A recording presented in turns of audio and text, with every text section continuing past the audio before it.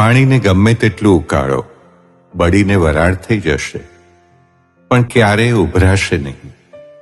આ વાત ખાનદાનીને પણ લાગુ પડે છે. હું જે કાંઈ બોલું તેની માટે હું જવાબદાર છું, પણ તમે જે સમજો છો તેના માટે નહીં. જે વ્યક્તિ પોતાનો સ્વભાવ પરિસ્થિતિને અનુકૂળ બનાવી શકે તે માણસ આ જિંદગીના મંચ પરનો સૌથી ઉત્તમ કલાકાર છે.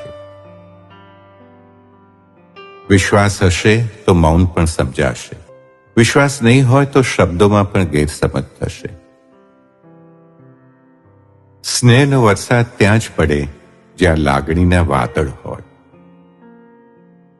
હૃદયનું પર્યાવરણ ત્યાં જ ખીલે જ્યાં મનની માટી ભીંજાવા તૈયાર હોય.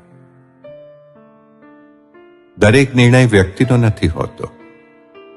અમુક નિર્ણય પરિસ્થિતિનો પણ હોય છે. જે જોઈતું હતું એ મેળવી લીધું એટલે સફળતા. જે છે, જેટલું છે એની કદર હોવી એટલે સુખ. હવે વધારાનું બીજું કાંઈ જ જોઈતું નથી એટલે શાંતિ. ગણતરીના જેવા સંબંધો હોય છે જેમાં કોઈ ગણતરી હોતી નથી. જીવનમાં વાંચવાની આદત હંમેશા રાખજો સાહેબ.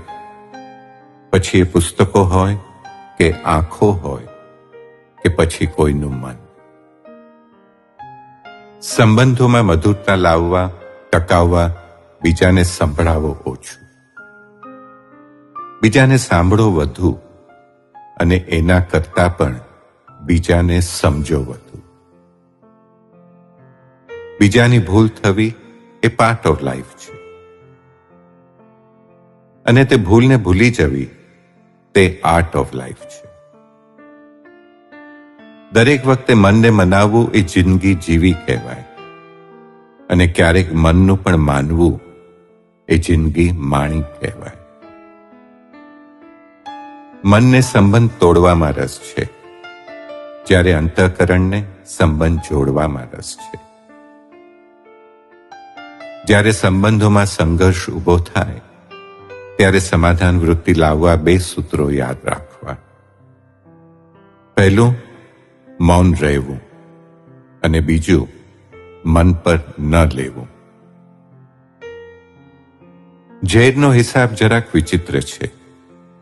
મરવું હોય તો જરાક જ પીવું પડે, અને જીવવું હોય તો અપાર પીવું પડે.